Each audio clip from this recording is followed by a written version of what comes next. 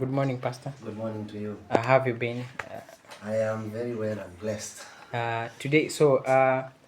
We've seen statistics show that most young people haven't really taken their votes yet, haven't registered as voters. But also, IEBC has said that it has given us 30 days only to register. Is that fair? And what's your opinion about that? Well, the Constitution is not created by the IEBC. The Constitution is neither created by the President, the Governor, the Member of Parliament, Women Rep MCA, or any of the elites. The Constitution was created, we have actually a new Constitution that came up in 2010, and the goal of every nation, the supremacy of every nation lies on that Constitution. The reason I began by saying that is that it's very important and vital for us to understand it's not them to make that decision, but rather the Constitution of Kenya. According to the law, it's supposed to be approximately 9 months to the election, but you can clearly see we've been given 30 days to make sure that So the question I'm asking, what's the rush?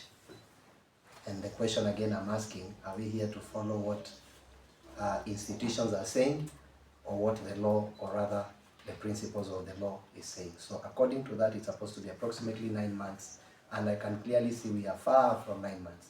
So the 30-day option of people registering, in my point of view, it is an attempt to stop young people from becoming a voice or voicing out their voices towards the coming election. So no, I don't agree with that. And is there a thing that Kenyans can do, or is it cast on stone that after 30 days, then there's nothing Kenyans can do? Article 1 of the Constitution is the most powerful article in the whole Constitution. It begins by saying all sovereign power belongs to the people. Whatever that, listen, I want to say this because for a long period of time, our leaders in this nation have created this balloon kind of a concept whereby they lead, we follow. It's not an approach that a wise person would actually use to apply specific systems. Reason is because, think about it this way. If I make this statement and say, a president does not necessarily need members of parliament, people will argue and say, no, a president needs members. It's not wrong, but a president cannot be hostage to members of parliament.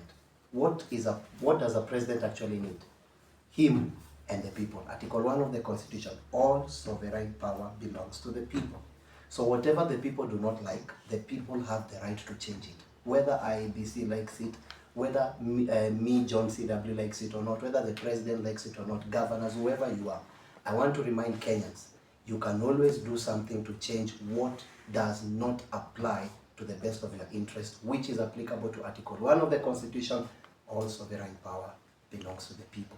Not members of parliament, not president, not pastors, not bishops, the people of Kenya. Still with IEBC, you had presented a blockchain technology to them, an idea, yes. And they were supposed to get back to you, I think, by Feb. So they were supposed to get back. Yeah. Are they communicated or still waiting? We were waiting. We developed a technology that can be able to make sure that we reduce the amount of death that happens in a nation due to what we know as stolen votes and things like that. Number two, reduce the amount of money that we use. Actually, I told you in 2022, per voter, it costed the government 2,000 shillings to make one voter to vote. We came up with a system that only cost 36 bob. You just imagine that.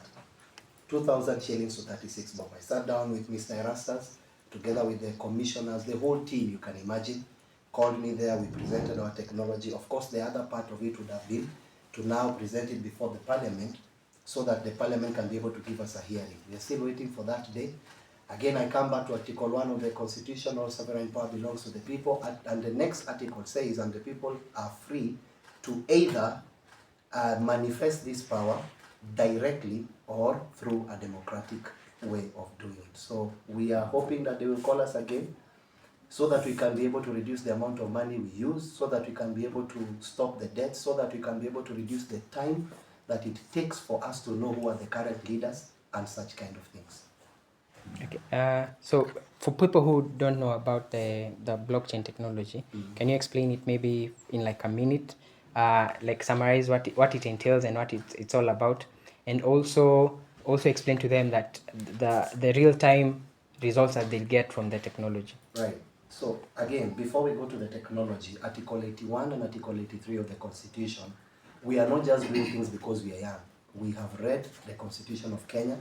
We know the openings that we have, or rather the different opportunities that we have in order for us to be able to express such kind of realities. It's one thing for someone to just say, I want to do this. It's another thing for that thing to be found in the Constitution of Kenya.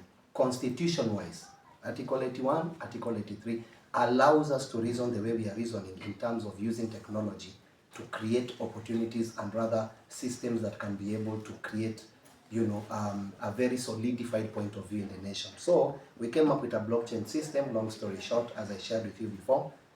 This system is able to guarantee voter turnout. Why? Because number one, you can actually use your phone. Before you go to young people, before you go to speaking about internet and all those things, before we build these systems, of course, definitely we have asked ourselves these questions about internet.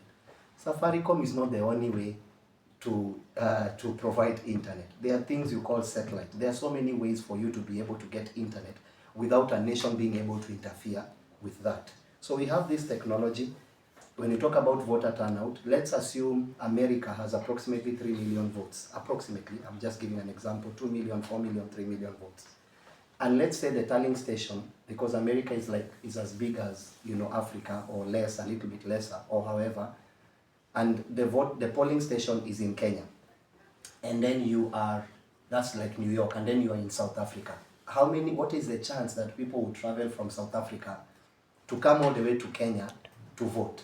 So what does this technology do? It increases voter turnout. Why? Because from the comfort of your home, you are able to cast your vote just like you're able to do M-Pesa, you're able to do ABCD. Before young people, you shout and say, oh, it will be stolen. Don't just say things you don't know. Sometimes it's wisdom to take time to understand what is on stake.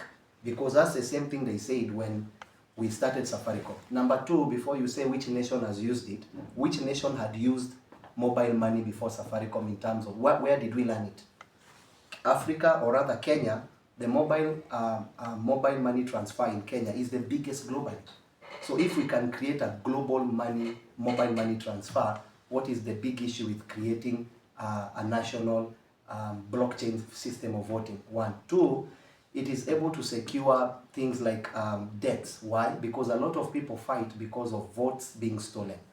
This system is able to guarantee that the vote cannot be stolen. And I want to repeat it again, cannot be stolen. So what do you mean? Very simple and clear. Let's assume that you have casted your vote for a specific individual, governor, member of parliament, whichever individual you are thinking of. That information is transferred real time.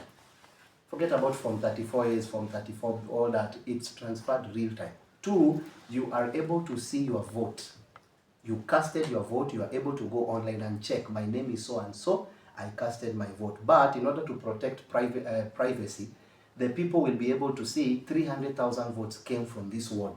But you are able to check with your ID and see, my name is here and my vote counted. Of course, the third thing we have spoken about is reducing the amount of money. You can imagine from 2,000 shillings to approximately 36 bob. In other words, however you're going to look at it from that point of view, at the end of the day, what we are offering Kenyans, it's the cheapest way out, the most secure way out, and the best way out to make sure that people don't die simply because there is voter, things like that. Number four, there is nothing like spoiled vote. You know the way you have Form 34s and then you have this, someone went to tick this, the vote was spoiled. There is nothing like a spoiled vote. Because by the time you're coming there, you look, it's very simple. This is the person I want, you click it. There is nothing like a spoiled vote. Number five, I would like to say this. Someone is saying, oh, what about the elders, people that don't know? It's very simple. We are developing, and I think you need to show that in one of these videos, the AI system we developed that can be able to talk to you in your mother tongue. Can you imagine? It's incorporated in that system that you can be able to talk to you and say, you are an elder, you speak in whichever language you can imagine. We're encrypting all those codes inside that system so that even to the unlearned, or rather to those that did not have the opportunity to expand beyond their languages, whichever language that they use to communicate, we have already factored in all that in that system. Lastly, which is among many other things, you can imagine how long it takes for you to know a president. How long does it take us? 3-4 days? So there's a lot of tension in the country. Now with this system, if they open the system at 6 a.m., 6 a.m. is the time we are coming in to vote. So before 6, no one can cast a vote. If you open the system at 6 and then you put that the system will automatically shut at 6 p.m. After 6 p.m., immediately it's 6 p.m. sharp, same millisecond, all the results are on ground. Everyone is able to know who voted, reducing the tension in the country, reducing the amount of time businesses are closing in order for, ABCD, reducing, so many things are going to be reduced. We are appealing, once again, I do not support the fact that we have been given 30 days. That is not anywhere in our constitution, that is not anywhere within our system. We will insist that the government and all those people involved follow the right way, which is approximately 9 months to the election. That's what I know. When it comes to security, how do we ensure that we won't have ghost voters, which are called, mostly politicians say, strongholds? So you find a place has maybe 3 million voters, but the real voters are maybe 1 million, and then the others are ghost voters. So will the system ensure that we won't have as many ghost voters as we've had in previous elections? The system will ensure not even as many. The system will ensure there are no ghost workers. Why? Because you will need to reapply. Just like when you're going to, when you're joining a party, there is what they tell you, send this to *597, like that. Then you can see the process. Process begins by you putting your ID, putting your information. The system is able to tell this person is not alive. Of course, when you're going to, by the time you're coming to do things like burials, you know that there are things called death certificates, right? So the system is able to fish out any fishy deal, because everyone will need to reapply back, so that you put your ID, put your information, where are you coming from. It has a very, very critical criteria of registering. So yes, we are saying this, that there will be no ghost voters. There is nothing like you bringing 3 million people to register there. We have secured the system, and we are appealing again. It is wisdom to look at this thing rather than just saying it doesn't work. Right. Mimi ni mwanahabari John kutoka Nairobi Receipts pale. Na niko live hapa na watu wako na maswali chungu nzima. Really, karibu sana Nairobi. You're doing a good job, Nairobi Receipts. Thank you. Vijana wamekuwa na shida mingi sana, hasa upande wa kazi. Na mpaka sasa hivi wanasema serikali imewatenga sana pale. Na nikisoma comments hapa, kuna wengi wanasema they have a reason to vote now. Wow. Wanasema they have a reason kwa sababu unaweza kuwafungua macho na wanaweza kuona pale. Na labda watu wengi pia wananiuliza kwa sababu nimekuwa nikiona wewe nikipost pale. Umekuwa akisema si useme tu unasimama president tu. Yaani tu wana insist, wanasema sema tu waende wachukue vote. Juu wengi by the way wanasema tumeamua kuchukua vote kwa sababu umefungua macho sana. Yeah. Chukueni kura. Nations are changed. I told you that second article says that they can choose to display power directly. All sovereign power belongs to the people. You can choose to display directly or through a democratic system. When you tell people to take votes, that's a democratic system. Number one, young people. I understand na mimi najua. Mimi niko hapa Kenya. Mimi ni Mkenya. Nimezaliwa hapa. Nimekuwa makanga, nimekuwa dere, nimekuwa dog feeder, najua hii nchi. So hatujakuja tu kuongea tu kama watu hawajui. I want to tell you young Kenyans, as long as you are 18 years and above, chukua kura. Because the point where we are going, it will be very critical that we don't just have watu wakishout online, even though I told you last time, I don't know if it was you I was telling, in the Bible kuna story ya Wall of Jericho. Mlisikia? Nyinyi mnasoma Bible nyinyi? Niko na Bible moja safi hapo. Unaona? By the way, you see how old my Bible is? That should tell you. Mpaka imetokana. And see, I've been studying this Bible from the time I was 19 years. So, Genesis to Revelation. So I challenge you. Where is your Bible? Utaniambia iko kwa simu. But this is the thing. There was a story about the Wall of Jericho. Na Mungu aliwaambia waende round 7 times and then they scream and the Wall of Jericho will come down. What has been happening for the last 2 years or so is that we've been going around the Wall of Jericho screaming, and true to it, through TikTok, through internet, social media accounts, this wall has fallen. But I would like to ask you something, young people. After the wall has fallen, what are we supposed to do? Do we continue to scream, or do we now enter in and possess? It is time to enter in. It's good to shout on TikTok. It's good to shout on X, internet, and all those things. But if we do not enter inside, will keep on shouting when it's no longer time to shout. It's time to enter inside by taking votes. Chukua kura yako. Now lastly, umesema hiyo mambo ya A, B, C, D. Mwenye macho haambiwi tazama. It's one thing to have eyes and it's another thing for us to tell you angalia pa. Si uko na macho, tumia hiyo macho kuangalia. Umesema mambo ya kazi. The question was what will you do? What will we do? Is that you this one? Yes. As a country to create more jobs. Now listen to me, young people. Najua hata sasa tukiongea kuna watu wanatutusi. It is within your right. You know, intelligence, your mind is on different capacities. What you choose to do with your mind is up to you. If you choose to use your mind to abuse people, it's up to you. If you choose to use your mind to think about tomorrow and the future and what the future holds, it is up to you. There are 3 ways, very simple, to create job opportunities. Na mimi najua, I'm not a politician. I'm speaking as a leader. Kile naenda kuongea ni kitu itatusaidia, especially sisi young people. Listen to this very important thing. Kenya imports approximately 5 billion eggs a year. So before hata tuende kwa creating jobs, let me show you how best you can do to create jobs. Anything that can be produced locally, do not import it. Because I did a math, if you think about Kenya is importing approximately 5 billion eggs a year, right? And then you do the math, the wholesale of that egg, one egg is approximately 8 shillings. I'm just giving a math, I'm not saying it's accurate. 8 shillings. It means if you do times 5, that's 40 billion.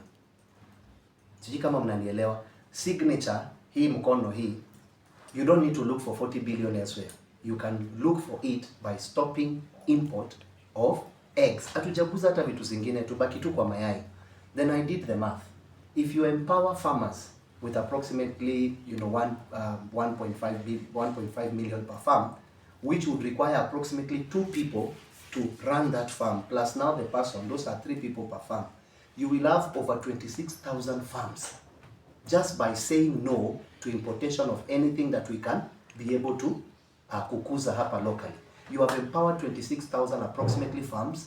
Each farm has 3 people. How many people are those? Those are like 78,000 jobs just by cancelling egg production. Now Kenya is importing fish. Just think about it. Fish. Why would we be importing fish? The biggest fish company, you expect it to be where? In Kisumu. It's in Thika. Kisumu does not have things like coolers that can be able to so what are you supposed to do? You're supposed to go there, build systems that can be able to create job opportunities. Just by saying no to importation of things like sanitary towels for women, we can come up with sanitary towels of our own. Things like toothpicks. If you just go to the supermarkets and look at things that are being imported, you really wonder, where is the country going? If you go to things like textile, Kenya is able, we have very many amazing people that can be able to sew clothes just by saying no to specific importation. Before you even come to the economy, which I understand the GDP, 34% of it is horticulture. I'm not ignorant, I understand. But before we even go there, let us begin by saying no, shutting doors, because those doors are leakages. We are leaking our money outside there. If we shut those doors, we are able to return funds back here, so that now we can be able to put more money into the market. And if you have more money circulating in the market, automatically the nation becomes a job-centered zone. Then by doing that, you begin to create 24 hours economy, so that you have this producing in the night, this producing in the day, because it's now export over import. Lastly, I would like to say this. Any superpower nation focuses on export over import. Any superpower nation. 2015, China had a plan, and I want you to hear very well. And I'm sorry because I expand my questions. Najua nyinyi mmezoea politician, anakwambia tutafanya, tutanena. No, I'm not that type of person. 2015, you're saying this is live? Yes. Wow, thank you very much. Hi, thank you very much. But in 2015, China came up with a vision, and it's called Made in China. Listen, 2025. Made in China. That's the meaning of, that's the statement, Made in China 2025.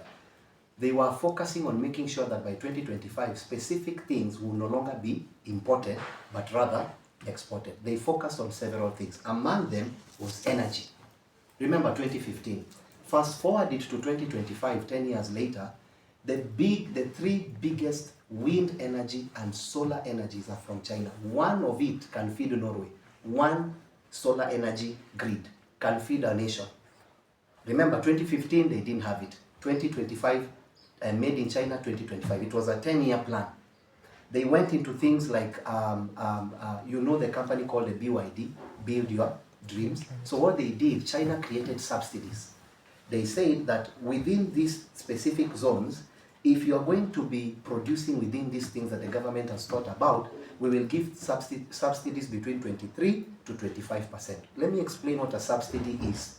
Just a layman language of subsidy. Me too, I learned. So that Wakenya waelewe nini tunasema. Government inakuja inasema, tunataka kujenga hii kitu. Ina come up na projects yenyewe. Inasema tunataka kufocus in the next 10 years kujenga hii na kujenga hii microphone. Mtu yote mwenye ataingia, anyone that's going to be part of it, these are the things you have selected, we are going to give 25% of what is needed to run that thing. So if, for example, to make this, you need 10 million, are you hearing me? Yes. 25% is what? 2.5 million. So the government already has invested 2.5 million. So it allowed people, what did it do? It created more investor-centered mindset, because already 2.5 million, 25% of what you need to produce has already been given. So they came up with such, that's what you call a subsidy. Government money that is put out to empower the people to continue with construction or rather creation of technologies or things like that. So it came up and it said, 10 years later, the system of solar system is, the biggest solar systems are there. And right now, because now China has what you call demand of law and supply, let me explain to you what that does to a nation. Na munisikilize vizuri wa Kenya.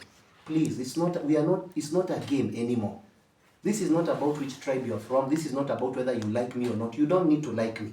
Just listen to the words we are saying. If they make sense, use them. You don't need to abuse people.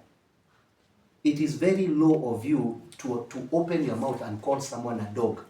Your mind is very small. We don't need to abuse people. You can pass your information without abusing people. Hear what we are saying. We are not crazy people. So now China comes on board, it gives subsidies and things like that, begins to create different kinds of technologies because now it has subsidies. Talk about things like chips, microchips, already 25% approximately or 24% the government has given. So people came up in those companies to make microchips. China today, the biggest, they have a phone, and I want you to go and check Huawei. Huawei phone has a chip that can be able to call at 37,000 feet above sea level. That's Boeing height. A normal phone. Why? Because the government created subsidies, so people that wanted to make technology, they entered into that system so that they are able to create more chips. When you do that, what does it do to a nation? Listen to what it does to a nation. If you look at the law of demand and supply, mnanisikia? Yes. This is what happens. If the supply is more than the demand, the price of that product goes down. It means people are able to afford. So because the subsidies came up, wakatengeneza the wind energy and the solar energies, things like solars, they are very cheap in China. Reason is because the supply is high and the demand is low. So what do? 2001, China gets into the WHO, which is the World Trade Organization.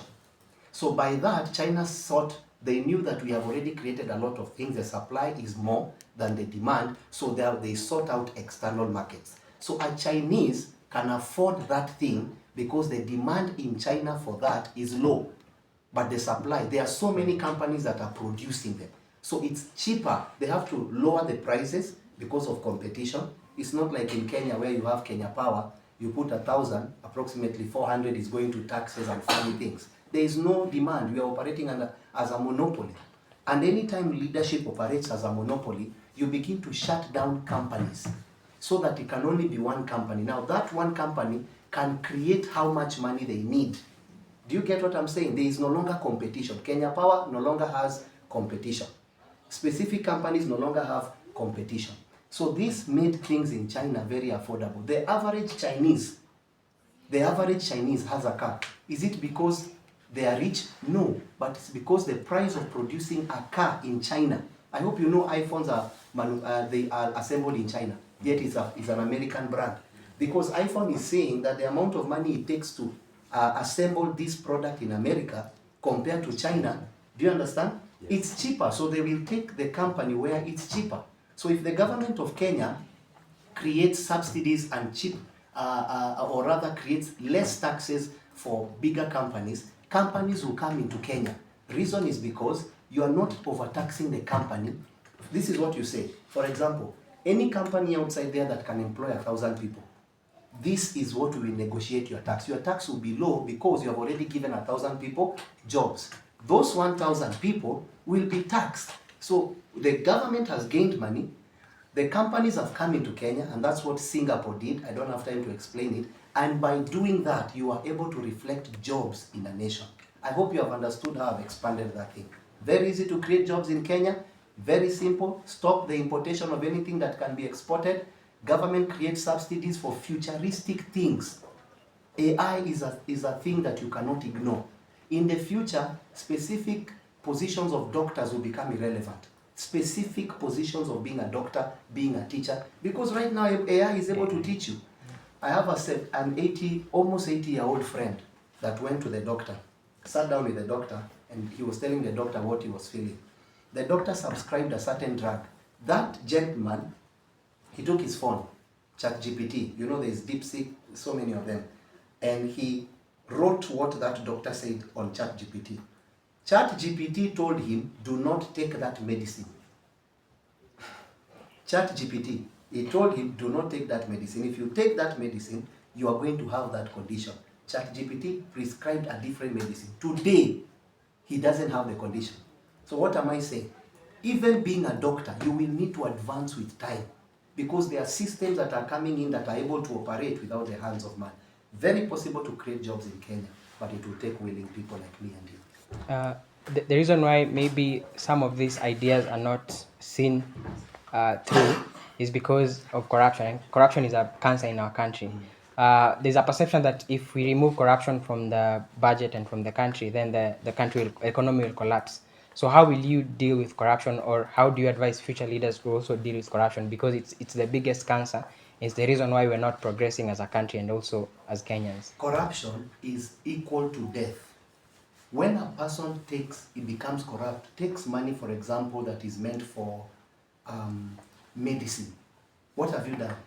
You have killed those people that needed that drug for medicine. Corruption should not be dealt with as an option in any country. I hear that the leaders of this nation are talking about Singapore, talking about China, Communist Party. I hope you know the biggest party in China, one party, it has over 300 million members. Yani the party in China, one party, it has both Kenya, Uganda, Tanzania, or Rwanda. It's one party. How are they able to run such parties? You will need to create very strong measures to curb corruption. And this one I'm saying, it doesn't matter what you think about me. Oh, that young man anaongea, he will also go there and become corrupt. Don't worry. Don't worry. You don't know who is John C.W. We don't need to go anywhere to be. Corruption is everywhere, from the least place to the highest place. What are we saying? I'm not saying you can be able to remove corruption 100%. Only God can do that. In heaven, there is no corruption. I hope you know Satan was corrupt and he was kicked out of heaven. But you see, when it comes to the earth, we need to look at specific things. Education, health, security. How do we curb corruption? What does corruption... Kenyans need to understand, one, what does corruption mean to a nation? I was looking about our current leader's term. I don't know if I should read for you our current leader's term in office and what has really been lost, just among the many things. This is within 3 years. 2026, 11 billion SHA. 2025, 44 billion e-citizen. 2025, 12.9 billion Ketraco. 2024, 104.8 billion SHA. 2024, 16 billion NSSF. 2024, 16.5 billion edible oil. 2023, 3.5 billion fertilizer. 2023, 3.7 billion KEMSA. 2023, 791 NYS. 2022, 62 billion treasury. I don't know if you people are understanding what that is. The question you should ask yourself, how many pockets is this money going into, as opposed to how many lives it could have changed.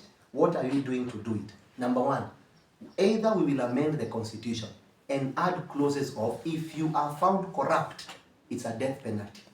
This mentality of being taken to court, the court people, most of them are corrupt, then you end up in a cell, then inside that cell, government provides food. Just think about it. The government is using taxpayers' money to keep you alive, yet what you have done is that you have killed people. Cartels that have taken medicine to young people. Just go here to different zones. I was sent a video of a little girl, probably 9 or 10 years old. They are not showing the person, but the girl is feeling pain. They are injecting that girl things like heroin. And then you are telling us, oh, you know, that man just wants to kill people. What are you talking about? People have been killed. Corruption has killed families. Corruption has killed. I saw the young gentleman in Machakos. Is it Machakos? Yeah. What's his name? Sami Kioko. Sami Kioko. Just imagine what that young man is going through. And shame on you leaders that take people for granted. That young man has something he's saying. What is so hard for you to look at his files? You are saying that his name does not appear. We are not kids. Okay, whoever whose name appears, pay them. Sini hivyo too. Now that young kid, probably a mother somewhere is depending on him for medicine. Another one is depending on him for what? If we will not fight corruption, what are we going to be doing in this nation? If we tolerate corruption, someone is saying, oh Bishop, be careful, they will come for you. Come yesterday. To live is Christ, to die is gain. Who told you we want to be in this world? We came here to represent a higher power. And that power is Jesus Christ. And don't cut this part, because some of you might not be born again. If you cut it, I'll give you no interview again. We came here to represent Jesus. One of the ways to represent Jesus is corruption-free zone. By becoming corrupt, you are killing a nation. By becoming corrupt, you are stopping investors from coming into the country. I remember there's a time, was it Dangote? Yeah. Do you remember the time Dangote came and he wanted to bring a cement company? Yes. What happened? How much? Was it around $400 million? Yeah. What happened? You will find that the already existing companies, as an example, they will come together, go to a specific leader to deny the license. Why? Because they know if this person comes, the price of cement will go down. If the price of cement will go down, we have more people building. If more people are building, we have more people working. If more people are working, we have more families feeding. If the poor people are working, we have a nation making tax. If a nation is making more tax, there is infrastructure. What is so hard to understand about that? Corruption should not be tolerated. Whether you are a Christian or you are not a Christian, corruption is corruption. You will not hide in culture, you will not hide in religion, and God help you, you will not hide in government. Corruption must be dealt with ruthlessly, because corruption is another way of murder. Yep. The last question. Sorry for myself. Yeah, I'm Joshua from Familiar TV. My question is about Prophet Owuor. So he was exposed. So do you believe he's a fake prophet or a true prophet? I told you, belief is a very weak way of offering justice. If I believe, what does it change? If I don't believe, what does it change? Ye shall know the truth, not ye shall believe. It is truth that sets people free. What he does, he should come out with clear evidence. If the evidence he's saying is people had AIDS and they were healed, that's truth.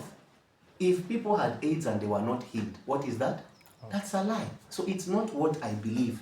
The truth will always set you free. So before you castigate a man, the question I'd like to ask you, have you identified the truth? Has that media station looked at the truth? Because I need to say something. Can I ask you a question? How many people go to the hospital and the doctors prescribe medicine and they die? How many? So many. There are many people, right? So then the question is, does it mean if I pray for you, me I've prayed for you, you have become well, and then automatically something happens, and then you die? Does it mean I'm a false prophet? Can I ask you another question? Do you remember Lazarus in the Bible? Yes. Who raised him from the dead? Jesus. Question, did Lazarus still die? Yes. So does it mean that Jesus is not the life? Does it mean he has no life? You get what I'm saying? Yes. I think that at the end of the day, give people room to express their points of view. You can't take two people and say that someone is bad. Have you taken the others that genuinely have been healed? Have you really gone to everyone, or you're creating a story because you want to trend? Have you checked the genuine ones that have been healed of HIV, the genuine ones that have cripples that are walking? Or we are just looking at 1 or 2, 3 people that are saying that? If true those people have not been, then let him face the situation. But if it has happened, let's give honor to where honor is due. It's not what I believe. What you know is superior to what you believe. Yeah, because we have linked WhatsApp between God and the prophet. Yeah, so we are surprised. How can you chat with God? Last question, sir. Okay, the only way I know, you can chat with God, but not through WhatsApp. The Bible says, if my people that are called by my name shall humble themselves and pray and seek his face and turn from their wicked ways, then I'm going to hear from heaven, I'm going to heal the land. So we chat with God, but not through WhatsApp. So maybe on that still, so do you think he's a true prophet? Do I think he's a true prophet? So, I mean, do you agree? Because on that the same question, whereby the WhatsApp was a link, Yeah. that he chatted with God, of which we have not confirmed yet if it is true he chatted with God. So according to your view or your opinion, do you think he is How do you know a mango tree? Fruits. Mango. Fruit. Say the name. Add mango. Mango first. fruit. How do you know a mango tree? Mango fruit. How do you know a maize stem? maize Cob. yeah. How do you know a banana tree? Banana. You will know them by By their fruits. Last question here. So there's this person called Eric Omondi. He's taking a walk from Nairobi to Mombasa to support Sisi kwa Sisi. Do you think the Kenyan government or Kenyans have failed so much that it has to take someone so private to raise awareness and to raise funds so that he can maybe build a house, a warehouse, so that he can support fellow Kenyans who are maybe suffering, who are not well up? It is the work of every Kenyan to help every Kenyan. Of course, superior to it, we have given the government the task to do what? To help the people. Do you understand? Yeah, sure. So whether the government is failing or not failing, what he's doing is a noble cause. Why? Because he has someone's interest at heart. Provided someone is going to be, someone is going to benefit from what he's doing, there is nothing wrong with that. In fact, I applaud what he's doing. I've never met him, but if that is going to mean, I don't know how they raise money, but if that is going to mean a family not sleeping hungry, I support it. If that's going to mean, someone's treatment being paid, then I support him. So there is nothing wrong with what he's doing, whether the government has failed or not. Even if the government was winning, I will still advise him to continue helping the people. We don't help the people because the government has failed.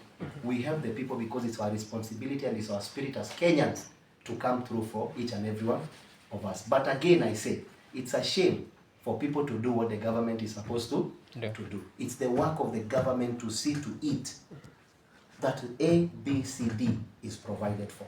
But thank God for people like him and others too that come on board to make sure that we help the people so that their lives can be better.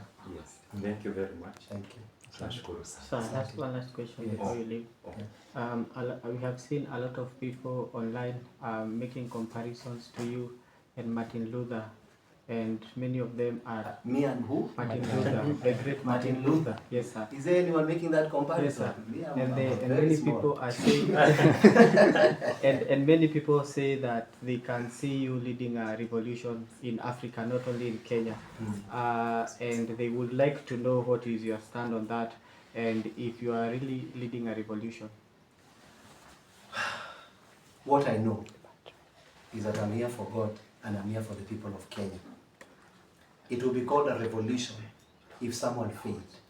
If the nation is failing, the government is failing, you'll be rest assured. Revolution is not a person only. Revolution is the voice of the people suppressed over a long period of time, and now it has decided to what? To burst out. What I can say, Kenya is coming out of a bubble. There is a little pin, and when that pin comes out and the bubble bursts, the real revolution is coming. So my advice to the leaders, just do the right thing, right? Don't love relationships over the people. I had a member of parliament say, this president wanted this, we passed it for him. For him. So now, parliament is there to pass things for the president or our leaders. I thought, what's the work of a member of parliament? To represent the president or the people? Who does he represent? The constituency, is that true? Yes, sir. So, did you check with your constituency? Did your constituency tell you that that's what we want done? But to say this president wanted this, we pass it for him, you can already see how rotten our generation is. So, however you're going to call it, what I know, do not be afraid. A time is coming. And I want to say this, young people. Mwenye macho, ambiwi, tazama. We have heard your cry, and for that reason we came out. Worthy men willing to compete, fight with whatever you are thinking of. Hatuko wachache hivyo unafikiria. And let me tell you, I know you're used to money. When God is in the business, power is in the business. And at the end of it all, God wins. And if God wins, God is always on the side of people. There's a scripture that says, be very careful not to hurt the oppressed. Another scripture says that it's very important that we should be a voice to the voiceless. So we came here, young people. Your voices are heard. 2024, you didn't die for nothing. Rex and the kind did not die for nothing. We are here to do what is right. And that which is right, we will do. C.W. John, God bless you.